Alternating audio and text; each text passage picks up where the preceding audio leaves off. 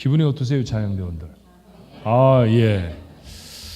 사람의 기운을 북돋는 것은 하나님이 주신 좋은 재능이 우리한테 있는데 격려하는 일입니다. 그렇죠? 자, 옆에 분들하고 같이 한번 격려하실까요? 올해를 시작했습니다. 잘하고 계십니다. 그렇게 한번 인사할까요? 잘하고 계십니다. 예, 잘하고 계십니다. 근데 이상하게 말을 굴리면 이상해지네요. 잘하고 있습니다. 이러면 또 좀 비웃는 것처럼 들리기도 할 수 있는. 정말 잘하고 계십니다. 예, 토요일 날 새벽 예배를 하는데 새벽 예배 특별 새벽기도 주간이 정말 뜨거운 기도의 시간이어서 그랬는지 얼마나 열심히 기도들 하시는지 우리 교회가 기도로 채워지는 것 같아서 마음에 참 큰 기쁨이 있었습니다. 기도하는 교회는 하나님이 주시는 일들을 이루어낼 줄로 믿습니다. 기도하는 성도는 올 한 해 예비하신 복을 반드시 삶에 담아낼 줄로 믿습니다. 요한복음 2장의 오늘 본문의 말씀은 조금 당황스러운 이야기죠. 주님이 이렇게 화를 내신 적이 성경 다른 곳에 없거든요. 주님은 왜 이렇게 화가 나셨을까요? 자, 때는 6월절이었습니다. 6월절은 이스라엘 백성들이 지키는 절기 중에 가장 큰 절기입니다. 비교를 꼭 하자고 하면 우리로 보면 꼭 설날 같은 때예요. 그런데 이스라엘 백성들이 6월절에 꼭 해야 하는 것은 이스라엘 남자들이 그것도 팔레스타인 그 땅 안에 살고 있든지 아니면 좀 먼 다른 외국에 살고 있든지 예루살렘에 와서 제물을 드리며 하나님 앞에 제사를 드리는 것, 요즘 우리말로 말하면 예배를 하는 것이죠. 그래서 사람들이 많이 모였습니다. 와서 그 사람들이 해야 하는 것이 예배를 드려야 하는 것이니까 예배자들의 편리를 위해서 제물로 드려야 될 소, 양, 비둘기 이런 것들을 파는 사람들이 있었어요. 왜냐하면 멀리 자기가 사는 곳에서부터 소나 양을 데리고 오면 데리고 오다가 상처가 날 수도 있거든요. 상처가 난 짐승은 제물로 드릴 수 없다라고 하는 율법의 규정이 있어서 온전한 것으로 드려야 하는데 자칫 잘못하면 먼 곳에서 가져오는 제물이 상처가 날 것을 염려한 사람들, 또 그들을 위해서 온전한 제물을 미리 예루살렘에 준비해 놓았다가 그들이 돈을 주고 그것을 사서 온전한 제물을 하나님 앞에 드리게 하는, 그러니까 좋은 제물을 하나님 앞에 드리게 하려고 세워졌던 제도였습니다. 헌금도 드렸는데요. 특별히 성전세라는 걸 드렸어요. 이스라엘 백성들이 와서 성전세를 꼭 이스라엘의 화폐로 냅니다. 반세겔을 한 사람당 내게 돼 있어요. 이스라엘 백성도 참 고집스러운 사람들입니다. 2000년 전의 이야기인데 그때 사용하던 돈의 단위 세켈이라는 단위를 지금도 씁니다. 이거 얼마나 전통을 중요시하는 사람들인지 몰라요. 그런데 사는 곳이 다 다르지 않습니까? 어떤 사람은 아프리카 북부 지역에서 오는 사람도 있고요. 어떤 사람은 로마에서 오는 사람도, 그리스 지역에서 오는 사람도 있습니다. 사용하는 화폐가 다 달라요. 그러니 그 화폐를 이스라엘의 돈으로 바꾸어주는 환전상이 있어야 했습니다. 대단히 경제적으로 발달할 수밖에 없는 그런 민족이죠. 모두가 다 예배를 위한 일들이었습니다. 근데 여러분, 이게 세월이 점점 10년이 되고 100년이 되고 300년이 되고 이렇게 지나다 보니까 이게 이문이 쏠쏠한 사업이 되어집니다. 예수님 당시에는 로마 정부의 묵인하에 제사장들이 독점하는 아주 이문 잘 남는 사업이 됐습니다. 그러니까 이 사람들이 이제는 예배를 돕는 사람들이 아니라 자기 사업을 하기 위해서 성전에 가득 모여 있었던 것이죠. 예루살렘을 방문하신 예수님이 이 모습을 보시고 어마어마한 분노로 이들을 내어 쫓으십니다. 자, 15절의 말씀은 이래요. 노끈으로 채찍을 만드사 양이나 소를 다 성전에서 내쫓으시고 돈 바꾸는 사람들의 돈을 쏟으시며 상을 엎으셨습니다. 눈을 감고 상상을 해보면요, 상상이 되질 않아요. 주님이 이런 일들을 하셨다는 것을 상상할 수가 없습니다. 다시는 이런 분노를 성경 속에서 만날 수가 없지요. 예수님이 이처럼 크게 분노하셨다고 하면 이건 뭔가 중대하게 잘못된 일입니다. 성전 안에서 이들이 행하여 있던 일들이 무엇이 잘못된 것일까요? 도대체 성전은 무엇을 해야 하는 곳입니까? 성전은 그들에게 어떤 의미여야 하나요? 오늘 본문은 우리가 그런 내용들을 교훈하는 중요한 말씀입니다. 자, 성전은 무엇입니까? 광야 생활을 시작한 이스라엘 백성들에게 하나님은 갑자기 시내 산에서 머물러 서게 하시고 그들에게 9개월여 동안 자세하게 가르쳐 주셔서 성막이라고 하는 것을 만들게 하십니다. 성막, 타버너클이라고 하는 특별한 텐트를 만들게 하셨죠. 그곳에서 이스라엘 백성들은 하나님께 제사를 드렸고요. 이스라엘 백성이 아무리 험난한 곳을 지나간다 해도 그것이 바람이 황량한 광야 그리고 더운 모래밭, 돌짝밭이라 할지라도 이스라엘 백성이 있는 곳이면 언제나 이 성막이 세워져야 했습니다. 그렇게 성막이 세워졌다는 것은 하나님이 그들 백성과 함께 하신다라고 하는 사실을 의미했죠. 가나안에 정착했습니다. 솔로몬이라고 하는 왕에 의해서 아름답고 웅장한 하나님의 전, 성전이 건축됩니다. 자, 아무리 먼 곳에 흩어져 살아도 이스라엘 백성들은 절기가 되면 이곳으로 모여서 하나님께 예배를 했습니다. 올 수가 없다고 하면 여러분이 다니엘의 이야기로 아시는 바와 같이 그곳을 향하여 창을 열어놓고 기도하는 사람들이 바로 유대인들이었죠.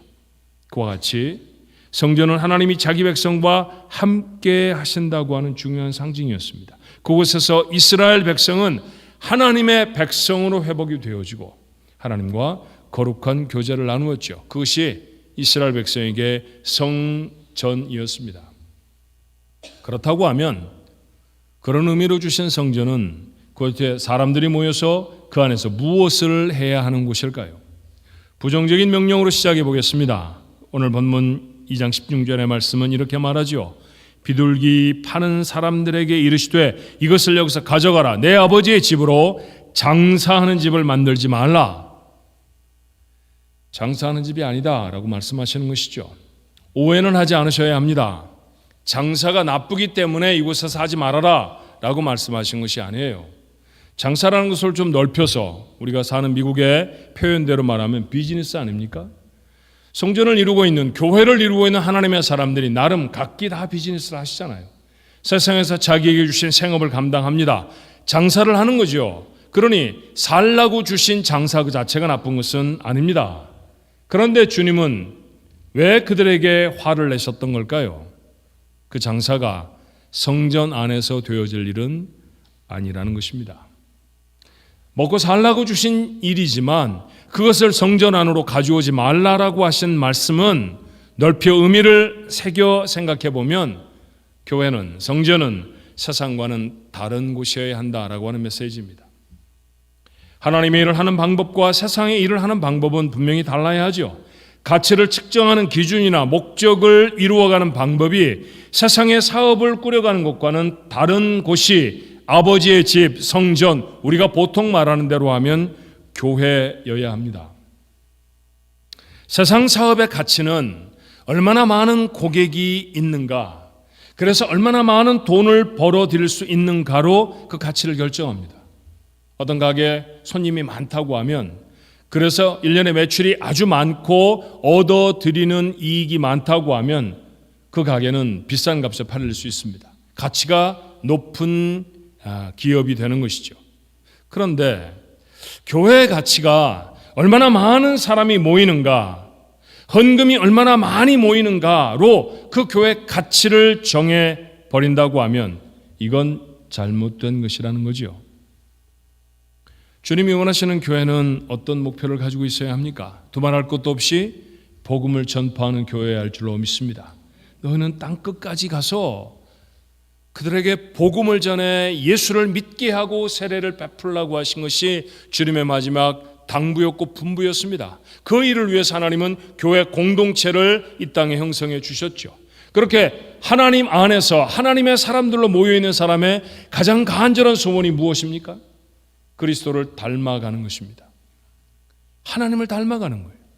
교회로 모인 사람들이 내가 교회에 모여서 내가 원하는 것들을 이루어야 해 라는 것이 아니라 하나님을 날마다 자신이 지나온 시간 그 길이만큼이나 더 분명하고 더 확실하게 주님을 닮아가는 것, 그게 우리의 소원이어야 합니다.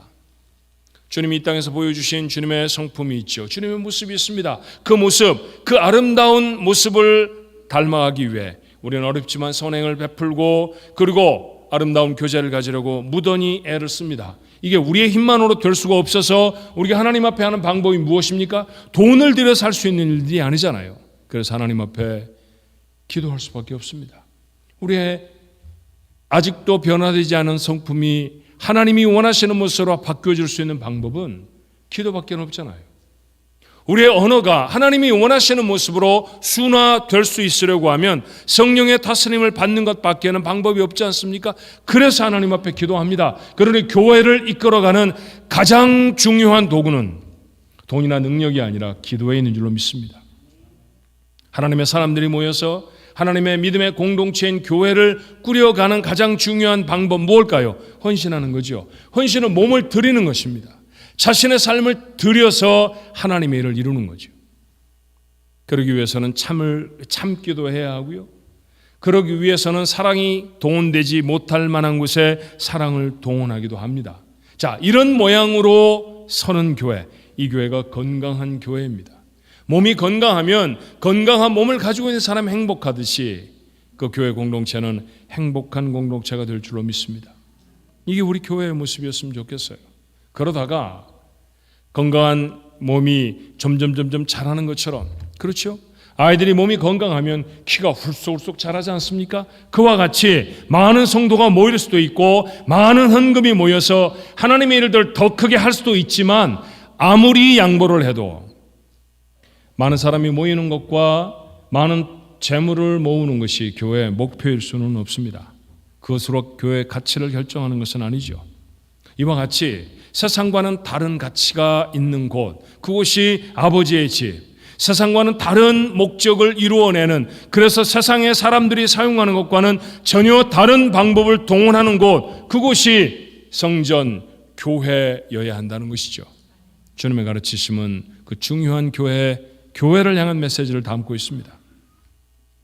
또 하나, 교회는 예배하는 척 하는 것이 아닙니다.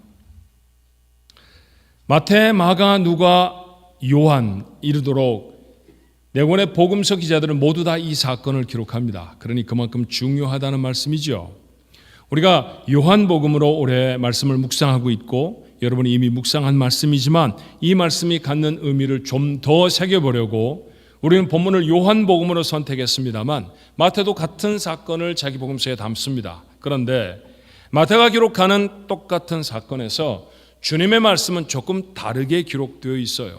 자, 마태복음 21장 13절에 보면 이렇습니다. 그들에게 이르시되, 장사하는 사람들에게 주님이 말씀하셨다라는 얘기입니다. 내 집은 기도하는 집이라 일컬음을 받으리라 하였거늘 너희는 강도의 소굴을 만드는도다. 내 집은 기도하는 집이다 라고 성경에 기록되어 있는데 너희는 성경에 기록된 것처럼 강도들이 모이는 처소로 만들어 버렸구나 라고 하는 말씀입니다. 구약 성경 예레미야서 7장에 기록된 말씀의 인용이죠. 자, 원래 기록된 말씀은 어떻게 적혀져 있을까요? 예레미야서 7장 9절로 11절의 말씀입니다. 너희는 이스라엘 백성이고요. 그들을 향해서 하나님이 예레미야라고 하는 선지자를 통해 이렇게 준열히 책망하십니다. 너희가 도둑질하며 살인하며 간음하며 거짓 맹세하며 바알에게 분향하며 너희가 알지 못하는 다른 신을 따르면서 내 이름으로 일컬음을 받는 이 집에 들어와서 내 앞에 서서 말하기를 우리가 구원을 얻었나이다 하느냐? 이는 이 모든 가증한 일을 행하려 함이로다. 내 이름으로 일컬음을 받는 이 집이 너희 눈에는 도둑의 소굴로 보이느냐? 보라, 나 곧 내가 그것을 보았노라. 여호와의 말씀이니라. 읽을 때마다 목골이 성령해지는 말씀 아닙니까? 정말로 두려워지는 말씀 아닙니까? 하나님의 집에 모여있는 사람들을 향해 하나님이 말씀하십니다. 세상에서 제 맘대로 살다가 이곳에 와서 저희가 구원을 얻었습니다 라고 말하면 그게 맞는 일이냐? 그 도둑놈들이나 하는 일 아니냐? 라고 질문하셨다는 것이죠. 하나님의 집, 교회에서 되어져야 될 가장 중요한 일이 있다고 하면 예배라고 하는 사실에 우리는 모두 다 마음을 동의할 것입니다. 그렇다고 하면 하나님의 집이 정말로 하나님의 집이려면 그곳에서 드려지는 예배는 진짜 예배여야 합니다. 가짜 예배도 있다고 예레미야가 지적하지요. 진짜 예배가 무엇이었습니까? 삶이 동반된 예배입니다. 예레미야가 무엇을 말하던가요? 성전 밖에서는 하나님과 관계없이 아무렇지도 않게 살아가다가 성전에 들어와서는 마치 하나님의 백성인 것처럼 거짓하지 말라는 경고이지 않습니까? 그런 행동은 강도들의 소굴에서나 하는 짓이라는 거죠. 지금 이 책망을 듣고 있는 요한복음 2장의 배경이 되어진 그 사건에서 책망을 받고 있었던 사람들, 그들 중에 많은 사람들이 바리새 사람들이었을 것입니다. 여기뿐만이 아니라 주님은 참 많은 곳에서 바리새 사람들을 책망하십니다. 그런데 여러분, 당시에 살아가던 사람들 중에 바리새 사람보다 더 종교적인 열심을 가진 사람들이 있었나요? 없었습니다. 그들은 최소한 일주일에 2번은 금식합니다. 여러분, 금식을 한다는 것이 얼마나 괴로운 일인지 아시잖아요. 한 끼만 건너도 어렵잖아요. 그렇죠? 어떤 연세가 드신 어른은 아내와 이혼하기로 마음을 먹었답니다. 판사가 물었어요. 이혼하려고 하는 이유가 뭡니까? 저 여자가 아침을 차려주지 않습니다. 밥을 차려주지 않으면 아내를 떠날 정도로 밥을 거른다는 것은 심각한 문제입니다. 그런데 하루 종일 금식을 하는 날을 일주일에 이틀씩 한다고요? 대단한 열심입니다. 11조 우리가 드리는 것처럼 대면대면 드리지 않았어요. 우리가 생활비 다 빼고 우리 쓸 거 다 빼고 남은 것 중에 하나님 앞에 드리는 그런 11조 말고요. 이 사람들은 자기 식탁에 올라오는 조미료에서도 10에 1을 떼어 하나님 앞에 드릴 줄 아는 사람들이었습니다. 기도 엄청 열심히 하던 사람들이죠. 기도의 날이라고 정해지면 그 날을 벗어나는 사람들이 별로 없었습니다. 기도를 잊지 않기 위해서 자기들이 입고 다니는 옷에 옷깃에도 기도의 문구를 써고요. 사람들이 보건 어쩌건 기도하는 장소라고 하면 그곳에서 소리를 높여 하나님 앞에 기도하던 사람들이 바리새 사람들의 모습이었습니다. 그런데 주님은 그들을 책망하세요. 왜요? 이유가 무엇이었을까요? 아무리 성경 구절을 많이 알고 아무리 그의 옷에 성경 구절로 도배를 한 옷을 입고 다닌다 할지라도 행하는 삶이 변화되지 않으면 하나님의 사람이 아니라는 거죠. 변화되지 못하는 자신의 삶을 전혀 안타까워지도 않는 그들의 모습을 향해 회칠한 무덤이라고 말씀하지 않으시던가요? 이스라엘은 평토장을 하는 사람들입니다. 보통 평평한 땅에 야트막한 언덕이 있으면 굴을 파고 그 안에다가 시신을 넣어놓고 굴 입구를 돌이나 흙이나 이런 것들로 닫아 놓는 것이죠.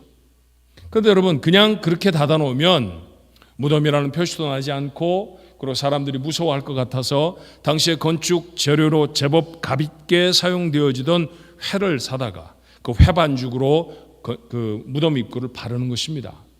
회라는 것이 젖어서 바를 때에는 제법 물렁물렁해 다른 모양을 만들 수 있잖아요. 그러니까 천사의 모양도 새겨놓고 꽃이나 과일 같은 것도 그곳에 새겨놓았습니다. 예쁜 그림들을 새겨놓는 것이죠. 그것이 이스라엘의 보통의 무덤이었습니다. 그런데 주님은 말씀하세요. 그 앞에 아무리 아름다운 그림을 그려놓으면 뭐하느냐? 그 앞에 아무리 대단히 거룩한 존재들을 새겨놓으면 뭐하느냐? 그 안에 들어있는 것은 부패하고 냄새나는 시신에 불과한데 말이지 라고 그들을 지적하시는 겁니다.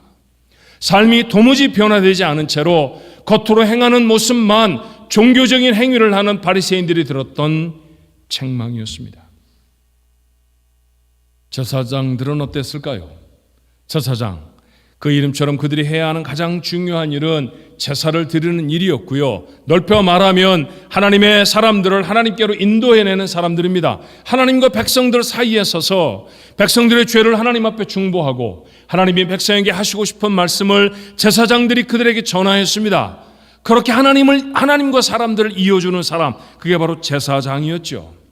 그런데 지금 그들이 하고 있는 행위를 보십시오. 명목은 예배자를 돕는 것이죠. 좋은 재물을 가져다 놓고 하나님 앞에 아름다운 제사가 드려졌으면 좋겠어라고 생각하는 제사장은 별로 없었습니다. 어떻게 하면 값싸게 양이나 소를 사다가 어떻게 하면 이문을 많이 남겨서 비싸게 팔아버릴까?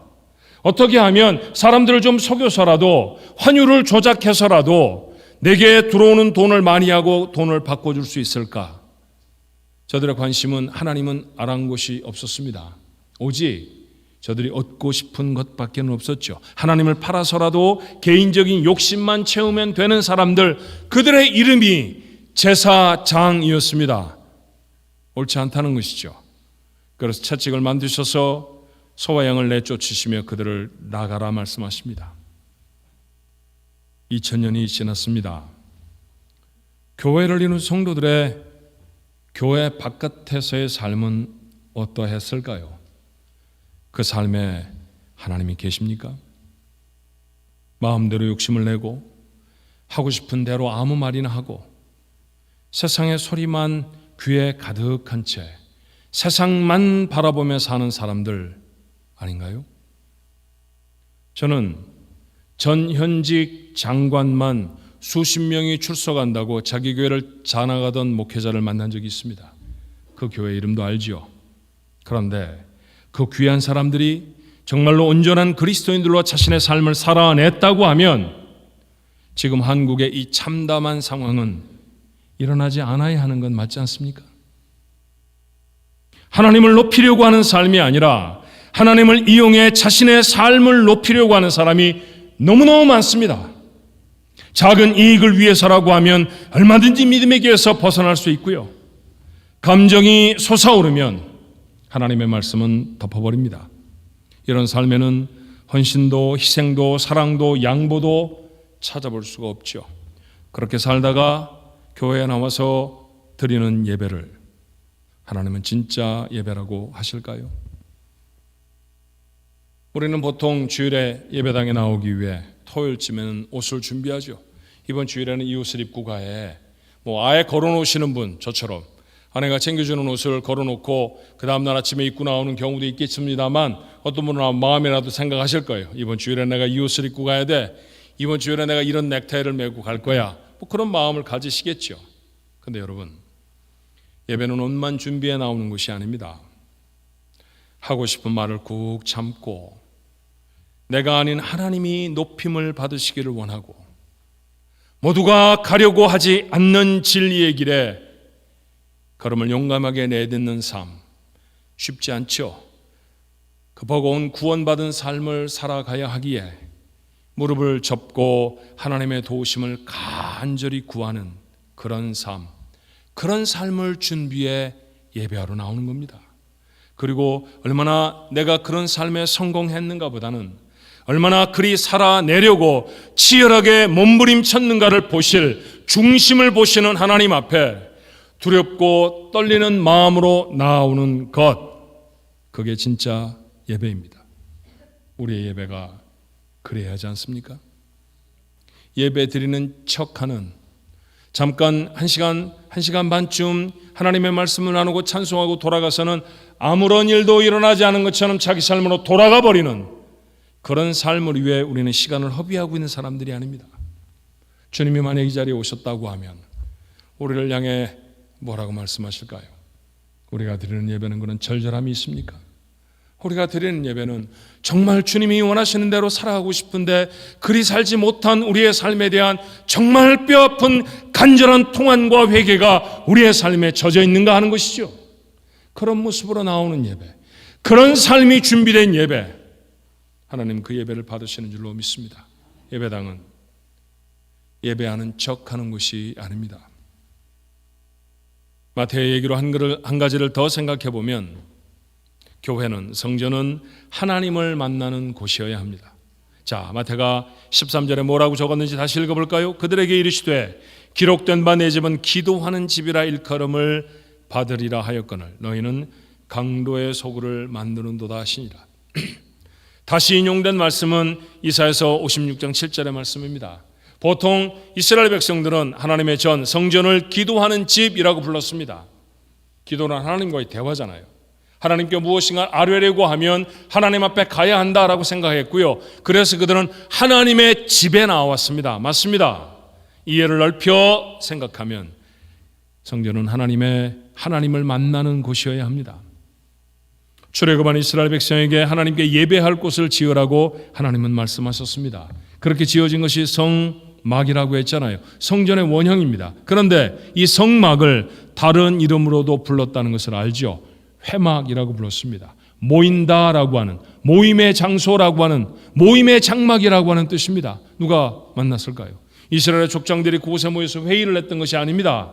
한 지파가 또 다른 지파를 만나는 장소가 아닙니다. 그곳은 하나님의 백성이 하나님을 만나는 곳이었습니다. 그래서 그곳의 이름이 회막이었던 것이죠. 하나님의 집, 아버지의 집, 교회가 우리의 삶에 무엇이 되어야 합니까? 이곳은 우리의 깊은 죄악을 하나님 앞에 내려놓고 사함을 얻는 곳이어야 할 줄로 믿습니다. 하나님 앞에 나와 눈물로 자신의 삶을 내려놓는 곳, 이게 교회에서 되지 않으면 어디에서 되겠습니까? 그렇게 하나님의 자녀로 회복되어지는 곳, 그 기쁨으로 하나님께 찬양을 드리고 가슴으로 하나님의 말씀을 듣고 진실한 마음으로 하나님의 도우심을 구하는 곳, 그것이 하나님의 집, 교회가 되어야 할 줄로 믿습니다. 그런데 성경은 여기서 멈추지 않고 우리에게 엄청난 선언을 하세요. 고린도서 3장 16절은 우리가 올해를 시작하며 우리의 마음에 담았던, 뇌리에 심어놓았던 암송 구절 중에 하나이죠. 16절과 17절을 읽으면 이렇습니다. 너희는 너희가 하나님의 성전인 것과 하나님의 성령이 너희 안에 계시는 것을 알지 못하느냐. 누구든지 하나님의 성전을 더럽히면 하나님이 그 사람을 멸하시리라. 하나님의 성전은 거룩하니 너희도 그러하니라. 여러분, 어마어마한 축복의 말씀이지만 한편으로 이것은 엄청나게 부담스러운 말씀입니다. 우리의 존재를 성경은 뭐라고 말하나요? 하나님이 거하시는 하나님의 집, 성전이라고 말씀하십니다. 우리의 몸된 성전은 오늘 성전에 출입하셨던 2000여 년의 주님의 분노에서 자유로운가요? 우리의 몸을 돈 벌고 세상의 재미를 취하는 것으로만 사용하고 있는 것은 아닙니까? 예, 돈을 벌 수 있지요. 즐겁게 살으라고 이 세상의 즐거운 상황들, 사건들을 하나님이 우리에게 주셨음을 분명히 압니다. 그런데 그것만 하고 그것에 빠져 있으면 안 되는 거죠. 그렇죠. 어떤 즐거움 앞에서도, 어떤 상황 앞에서도, 어떤 사람 앞에서도 우리의 삶이 하나님을 향하여 예배하는 자인가 하는 것입니다. 오늘 성경이 우리에게 말하고 있는 것처럼 하나님의 전을 부를 때 기도하는 집이라고 말했다고 하면 우리의 몸은 기도하는 몸이어야 하잖아요. 얼마나 기도하셨습니까?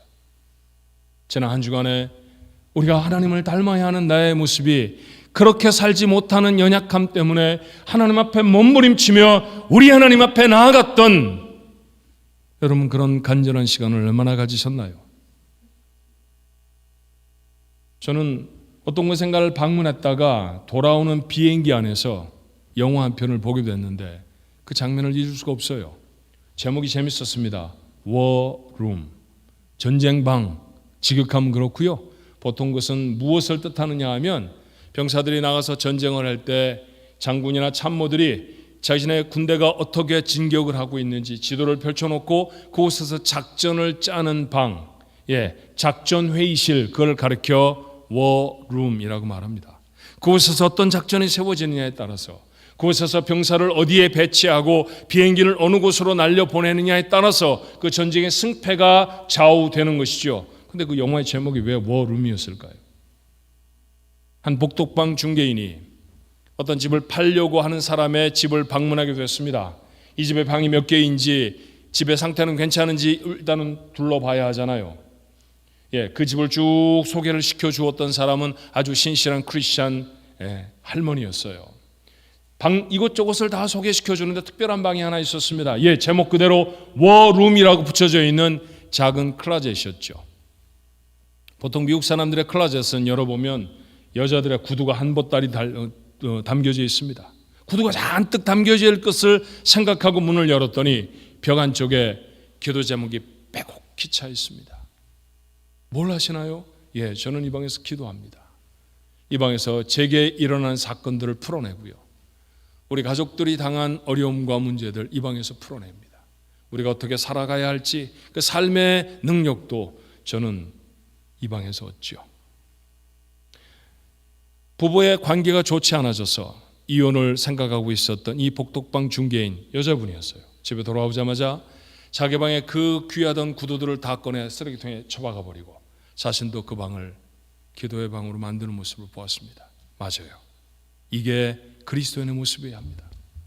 매일매일의 삶이 하나님 앞에 간절히 나가는 기도의 삶이 없이 우리의 삶에서 어떻게 주님의 모습을 이루어갈 수 있을까요? 결코 그럴 수 없잖아요. 애플이라고 하는 컴퓨터 회사를 아시죠? 그 회사가 막 일어나려고 할 때 누군가가 물건을 좀 잘 팔아주었으면 하는 그런 바람이 있었습니다. 마케팅의 귀재였던 펩시콜라를 코카콜라보다 더 많은 매출액을 이루도록 그렇게 획기적인 기획을 해주었던 스컬리라고 하는 사람을 스티브 잡스가 찾아갑니다. 여러 가지 말로 설득을 하죠. 우리 컴퓨터 회사에 좀 오셔서 우리 컴퓨터를 좀 팔아주십시오. 당신이 사장이 되셔서 우리 회사를 좀 일으켜 주십시오. 가려고 하지 않습니다. 당시 펩시콜라 그 회사의 크기에 비해서 애플 회사는 너무 조그만했거든요. 받는 월급도 너무 적었고요. 고개를 가로젓는 사람에게 마지막 스티브 잡스가 이런 얘기를 합니다. 당신은 평생 설탕물이나 팔다가 인생을 다 말아먹을 겁니까? 뭔가 세상을 바꿀 수 있는 일을 한번 해보고 싶지 않아요? 그 얘기에 스컬리는 일어나 애플로 왔고요. 애플을 세계적인 회사로 만듭니다. 여러분, 우리가 마시는 콜라, 그 콜라를 만들어내는 회사, 어마어마하게 큰 회사고 어마어마하게 많은 가치를 창조하는 회사라고 알지만 설탕물 아닌가요? 그것이나 만들다가 인생을 다 소비해 버리겠습니까? 라고 하는 얘기가 제 뇌리에서는 잊혀지지 않습니다. 돈이나 벌다가 세상의 재미나 이것저것 들여다보다가 그렇게 인생을 마무리 지으시겠습니까? 아니면 하나님이 원하시는 삶을 한번 이루어내 보시겠습니까? 하나님이 원하시는 삶을 이루어내는 것은 세상의 대단한 학문으로도 세상의 대단한 능력으로도 가능하지 않습니다. 하나님이 주시는 능력으로만 가능합니다. 그래서 무릎을 접어야 하는 거죠. 그래서 우리는 기도하는 몸이 되어져야 합니다. 교회 안에 가장 풍성해야 하는 건 무엇입니까? 하나님의 말씀이잖아요. 여러분, 예배당에 오늘도 오셔서 우리가 친교도 할 것이고 교제도 할 것이고 무슨 회의도 할 것입니다만 가장 많은 시간 가장 집중해 감당하는 것이 하나님의 말씀을 나누는 설교의 시간 아닙니까? 예, 맞습니다. 이렇게 하나님의 말씀이 풍성한 곳을 하나님의 교회라고 합니다. 그렇다고 하면 하나님이 너희 몸이 성전이다 말씀하셨다고 하면 내 몸에 풍성한 것은 무엇이어야 할까요? 세상을 향한 욕심이나 내 분노나 내가 하고 싶은 대로의 습관대로 살아가는 나의 삶이 아니라 그 모든 것들을 점유하고 다스리시고 덮어버릴 수 있는 하나님의 말씀이어야 할 줄로 믿습니다. 열고 계십니까? 외우고 계신가요? 열심히 그 말씀 앞에 마음을 열고 다가가고 계십니까? 그래야 합니다. 그래야 우리가 성전입니다. 하나님의 성전으로 우리가 살아갈 때 세상 사람들에게 하나님이 어디 계신지 보일 수 있죠. 그렇죠. 그렇게 살아가는 성도의 삶을 성숙한 삶이라고 할 것입니다. 오래전에 읽었던 신문기사 하나 제가 잊을 수가 없어요. 미국의 아주 시골 도시에 작은 도시였는데 그 도시에서 사건이 하나 일어났습니다. 시골 도시 별로 재밌는 일들, 흥미진진한 일들이 없었겠죠. 젊은이들 몇 사람이 지루했던 모양입니다. 장난을 친다는 것이 도로에 붙어있는 도로 표지판을 돌려놓는 거였어요. 야, 이 길로 가면 어디입니다. 계속해서 가십시오. 이쪽은 길이 없습니다. 이런 표지판이 있잖아요. 그죠? 그걸 거꾸로 돌려놓는 거예요. 그리고 열심히 낄낄댔습니다. 야, 재밌다. 이 표지판, 잘못된 표지판 보고 찾아가는 사람이 얼마나 황당할까?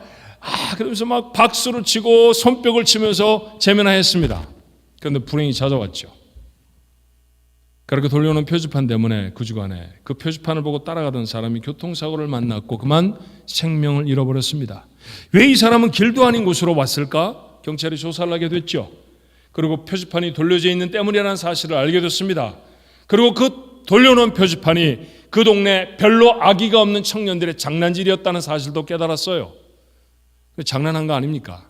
재물 손괴죄 이런 정도로 기소가 되어야 하는 거 아닙니까?